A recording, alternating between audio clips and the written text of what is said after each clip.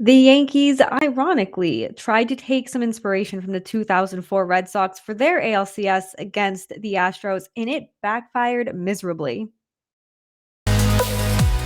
You are Locked On Red Sox, your daily Boston Red Sox podcast. Part of the Locked On Podcast Network, your team every day.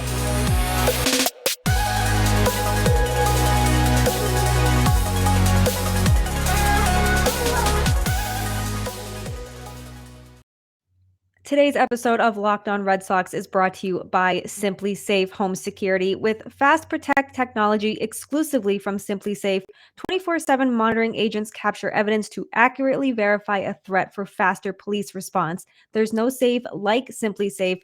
Visit simplisafe.com/lockedonmlb to learn more.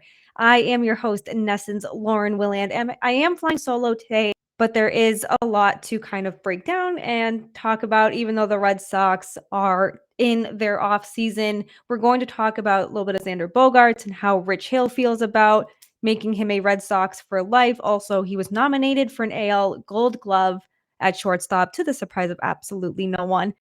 But I want to talk about first how the Red Sox kind of played a role in the Yankees ALCS. We all know the Red Sox didn't make the postseason this year, but last week, I believe it was, Alex Cora went on the BXB podcast and he's kind of warned Yankees fans to not taunt the Astros. Don't start the beep you Altuve chants because the Astros use that as motivation. They use that to try to get going. And let's be real, the Astros did not need any more motivation to get going or any more motivation or any reason to just play better than they have. So maybe Aaron Boone heard that, maybe he took that to heart. So he decided to try to use the 2004 ALCS to draw motivation for his own team, and it didn't work. We all know the 2004 ALCS, the Red Sox were down 3-0 to the Yankees. They rattled off 4 straight wins, went on to the World Series, and won the World Series. It was the greatest comeback in sports history, and it was just a really fun time to be a Red Sox fan. Maybe the Yankees had the whole why not us mentality, and every team should going into the postseason, but Boone told reporters that they used the "don't let us win tonight" quote in that video from 2004 when Kevin Millar made that proclamation, which sparked the first of 4 wins for the Red Sox. Aaron Boone told reporters, he said, "We watched that video today." This was prior to their final ALCS game on Sunday against the Astros. He said, "We sent it to all of our coaches and are getting it out to all of our players. I think the message is just the belief that they had. They had confidence. You see Millar, don't let us win one. Look, we still have time. We're obviously now as far up against it as you can be and not in a great spot, but you can't get ahead of yourselves either." Great message. Love it. It just didn't work. It didn't work. Not even a little bit. The Yankees lost the World Series. Their World Series appearances now extends to 13 years, and the Astros will head to the World Series once again. They will face the Philadelphia Phillies. I want to know, who do you have? I have Phillies in 6. I just think there's so much momentum on their side. They're pumped. Their fans are excited. The momentum is in the Phillies' favor. Of course, the Astros also are very hungry. They're a very good team, a very complete team. Justin Verlander, I don't know how he does it. I don't know how he has Tommy John surgery, comes back a better pitcher than what he was. And at 37 years old, he's incredible. And he's going to be obviously a very, very tough pitcher for the Phillies to face. But I think this will be a very fun World Series. And at the end of the day, I do think the Phillies come away as World Series champions in 6 games. I'm not very good at making predictions. We know this from my preseason predictions that we'll talk about later this week on Locked On Red Sox when Jake returns. And you'll see just how bad I am at making predictions. So Phillies in 6. I like that. I like that. It's going to be hopefully a longer World Series. I don't want this to be a sweep either way. I want as much baseball as possible. I like the idea of a 6-game World Series. So now the Yankees have not made the World Series in 13 years. Obviously, I'm not a Yankees fan. I don't watch a lot of Yankees games, but I have a lot of Yankees fans mutuals on my Twitter, and they're not very happy with Aaron Boone. And I was very surprised when he received his contract extension. I don't know what they're going to do with him. Maybe they'll write out the extension. Maybe they'll fire him. I don't know. I don't think he's the answer there. I do think that the Yankees are much too talented, especially over the last few years, to not be going to the World Series. Brian Cashman is obviously part of that issue, but now the Yankees head into the offseason, much like the Red Sox, with a ton of questions, especially their biggest question is Aaron Judge. Will the Yankees be able to re-sign him, or will he end up going to another team? But another fun kind of Red Sox related thing that came from the ALCS was Pedro Martinez. He's on the broadcast. He's a lot of fun. Obviously, he's this giant personality. I love watching Pedro Martinez. He's just so much fun. And after the game, he said on the broadcast, he said, "I have one question for all of New York. New York, who's your daddy now? I just want to know, and I want an answer. New York, who's your daddy? Should I say the Astros? It's not Big Papi. It's not me. Who's your daddy? I want to ask New York." And if anyone is unfamiliar with why it was just a fun moment for Red Sox fans, he was referring to his very famous 2004 quote in the ALCS when he declared the Yankees his daddies. "I just got to tip my cap to them and call them my daddy," after giving up 5 runs in game 2 of that ALCS while he was pitching for the Red Sox. So it was just fun. It's something that really will probably never go away. The whole "Who's your daddy?" That whole 2004 season, I feel like it always will be referenced. I mean, Aaron Boone tried to reference it with his team, and it just didn't translate the way he was hoping it would. But as they say, all good things must come to an end. But this podcast is not coming to an end just yet. We still have another segment or two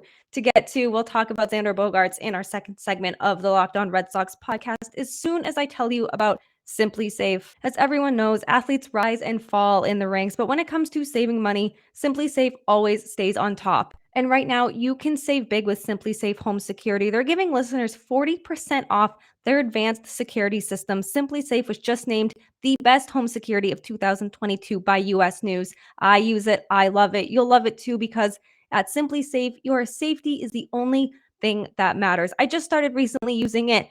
I love it. I have a dog as a security system too, but there is no such thing as too much security, and I absolutely love it. There's 24/7 professional monitoring, so when a threat is detected, SimpliSafe's monitoring professionals promptly contact you and dispatch first responders right to your home, even if you're away or unable to respond. 24/7 professional monitoring also costs just under $1 a day. SimpliSafe blankets your home with protection with advanced sensors for every room, window and door, HD security cameras for the inside and outside of your home, smarter ways to detect motion that only alert you when the threat is real, and even hazard sensors that instantly detect fires, floods, and other threats to your home. Don't miss this chance to save big when you protect your home with the best. Get 40% off your order when you visit simplisafe.com/lockedonmlb today. Customize the perfect system for your home in just a few minutes. That's simplisafe.com/lockedonmlb. Go today. There's no safe like SimpliSafe. So the biggest question of the Red Sox offseason is Xander Bogaerts. We have talked about this several times since the start of the season, since before the 2022 season even started. We're going to talk about this all offseason. It's the biggest storyline. It needs to be the Red Sox number one priority. They claim it is. Now we'll just see if their actions back up their words. And Rich Hill, like most Red Sox fans, wants Xander Bogaerts to be a lifelong member of the Red Sox, and he believes that that should be the case. Now, Rich Hill, obviously, it's unclear what his future holds for the Red Sox, but there was some reports out there that there is mutual interest between the Red Sox and Rich Hill. We will see if that becomes a reality, if he returns to Boston, but he joined Rob Bradford, who we had on the show last week. Rich Hill joined Bradford's podcast, the Bradfo Show podcast, and he had a ton of praise for Bogaerts, which is not surprising at all. He said, "He's probably one of the best teammates I've ever played with." And I think that the value in that alone, in my opinion, yes, he should be a Red Sox for life. And it is something that the movement in the game that has happened so frequently, kids become connected to a player. And now I'm just speaking as far as like the health of the game and the growing of the game. And then all of a sudden, I'm a big Xander Bogaerts fan as a kid. And all of a sudden he gets traded or he signs somewhere else as a free agent. Now you lose that kind of connection to the team and to that player. And this is what we talk about when we say that it goes beyond what he does on the field for the Red Sox, and not just even off the field for the Red Sox. We obviously know he's the leader, unofficial captain, everything you want in a player. And he's always going to give 110% when he's in the lineup, no matter what. And we saw that in 2022 when he wasn't even fully healthy. He had that wrist issue. He said it had been bothering him since May. And now he's up for a Gold Glove. So you certainly want that kind of player for obviously that aspect. But like Rich Hill says, the growing of the game is something that's very important to fans, maybe to parents who have younger kids who are trying to get into baseball.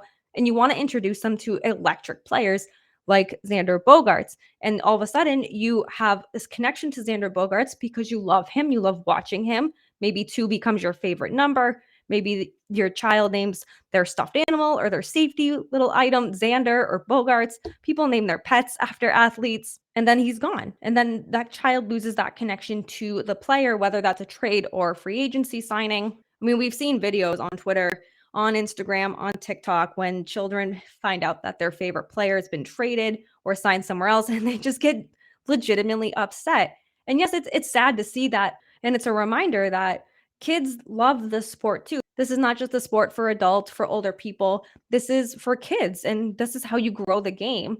And I think if Xander Bogaerts walks, there's going to be a lot more than children crying. I think there's going to be a lot of very angry people.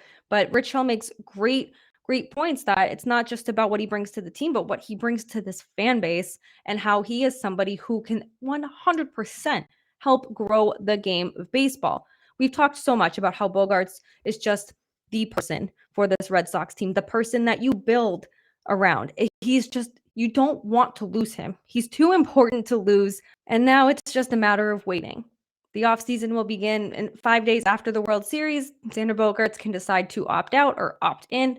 Again, I'm very of the belief that he will opt out. I don't think there's any reason he shouldn't. He certainly deserved to test that free agent market, get that pay raise. Hopefully that is with the Red Sox. But some good Xander Bogaerts news is that he was nominated for, he's named a finalist for an AL Gold Glove at shortstop. And back in March, before the season started, he said he had his sights set on winning a Gold Glove because he's never won one. He was a finalist in 2015, but lost to Alcides Escobar, and he said he was very upset about that. And now that 7 years later, he is finally nominated for one once again. Also, Carlos Correa of the Minnesota Twins and Jeremy Pena of the Houston Astros are the other 2 finalists. I think Xander Bogaerts has quite the case to win this year of the finalist. He's played in more games this season at short. He's played 146. He had more assists. He had more double plays. And he also played the most innings with 1,249 and 2/3 between the 3 finalists. And he made just 10 errors. He had a fielding percentage of .983, which was tied with Correa for 4th among all MLB shortstops, not just AL shortstops. So there's definitely a case there to be made. The winners will be announced next month. Hopefully Bogaerts is among those winners, and then hopefully the Red Sox can make this happen, that he will be a Red Sox for life, at least long term. At least long term. I think that's what Red Sox fans truly, truly want. Of course, they want him here for life, but if you lock him up for the next 8 years, I feel like Red Sox fans will be like, all right, we're good. We don't have to worry about this for the next maybe 4 years if he has opt-outs, who knows. But let's just focus on getting Xander Bogaerts signed long-term with the Red Sox. We still have one more segment here on the Locked On Red Sox podcast. As always, we're going to end it with the Mental Health Minute. So this morning I was browsing my phone like I always do, and I came across a quote that really resonated with me, and it said, "The experience I have had is that once you start talking about a certain experience, a mental health struggle, you realize that actually you're part of quite a big club." And that could not be 100% more true. I noticed, a few years ago, I started talking about my abusive relationship that I left almost 10 years ago. And it was the first time I ever opened up about it and started really talking about it. And the amount of DMs, the amount of comments I would get, like, I know exactly how you feel. This is what I went through. And I started sharing experiences with strangers on the internet, and sometimes opening up to a stranger about a traumatic experience, whether that's a relationship or anything you've gone through in your life, and talking to a stranger who does not know you outside of the internet. Maybe you follow each other on Twitter and you just know each other through tweets that you post. So to be able to connect with that kind of third party who has no knowledge of the situation and can really connect that way and to relate that way, and like the quote says, it makes you realize that you're part of this big club and you're truly not alone in what you're experiencing. Of course, sometimes it is very hard to open up and you can feel very lonely about what you're going through. And sometimes the biggest step is opening up about what you went through. And it was a very eye-opening experience for me because, like I mentioned, I didn't realize that so many people had gone through similar things. And it broke my heart all over again to know that people were feeling like I was or had felt like I did. And some people had reached out saying they were trying to figure out how to get out and just going through that kind of anxiety again and reliving like how I was able to get out, and just kind of sharing advice and just sharing just like empathy and resources that I had that I was very fortunate to have in my situation. and just trying to be a support system when maybe they probably don't feel like they have a ton of support. So if you're thinking about maybe opening up about your situation, but maybe you're still a little scared, just know that there are so many people out there as well that have gone through something similar, and that you truly are not alone in your healing process. Healing from anything is not linear, but I do believe being able to talk to someone, whether that's a stranger on the internet, a therapist, close friend, relative, anyone, is the first step in beginning to heal from your trauma. And you realize that, like this quote says, you are not alone. There's going to be people in your club and in your corner. And I think that is something very important to not lose sight of. Thank you for making Locked On Red Sox your first listen of every single day. Please rate, review, and subscribe to Locked On Red Sox right here on YouTube, Apple, Spotify, wherever you get your podcast is where you can find us. You can find us on Twitter at LO_Red Sox, Jake at Jake Iggy. He will be back this week. And me, Lauren, 3 Laws, Lauren with 4 R's. Be sure to check out all the other Locked On shows across the network. Locked On Phillies, Locked On Astros. Going to be a great old time over there. Also checked out Locked On Yankees. I'm sure Stacey is not happy with the state of their team right now. Locked On Padres, Locked On Dodgers. A lot of really great raw reaction from all of our Locked On hosts. And now that you've made Locked On Red Sox your first listen of the day, check out the Locked On Sports Today podcast for your second listen. The biggest stories of the day, plus instant reactions, big game recaps, and our favorite take of the day. It's available on the Odyssey app, YouTube, wherever you get your podcast is where you can find on Locked On Sports Today and all the other Locked On shows right here on the Locked On Network. Have a wonderful day. We will be back. We've got a lot of fun shows planned this week and the rest of the offseason as well. We are going to look back at our predictions to see how right, how wrong, how silly we sounded just 6 or 7 months ago. But until then, have a great Monday. We will see you soon. And as always, let's go Red Sox.